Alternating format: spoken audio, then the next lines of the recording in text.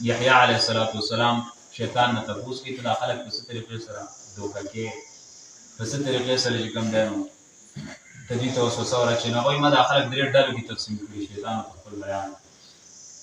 په یو ډله داسې ده چې هغې زه دوکه کولو به ډېر هم کوشش وکړم خو نه شم دوکه کولی هغه صالحان انبیاء کرام دي دویمه ډله دا ده چې هغه زه د هغې د دوکه کولو ډېر زیات کوشش کوم او د ډېر کوشش محنت نه پس هغې زه دوکه کوم خو هغې زما ملا ماتې کړي فورا د ګناه نه پس توبه وباسي نو زما ملا او درېیمه ډله داسې ده چې هغه زما دوستان دي او زما رونه دي شیطان دي چې هغه زه ډېر په اسانه دوکه کوم هم ګناه پرې وکړم او د ګناه نه پس بیا توبه مې وباسي ګناه پرې وکړم د ګناه نه پس بیا توبه مې وباسي نو مونږ خپلې زندګۍ ته خیال وکړو چې مونږ نه په ورځ کې څومره خطاګانې کېږي مونږ چېرته زړه کې یره راغلې ده چېرته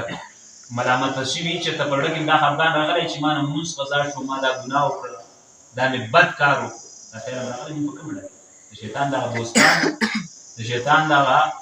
ورونو په ډله کې که نه هغه کوم خلک چې شیطان ملا ماتوي هغوی خپلې زندګۍ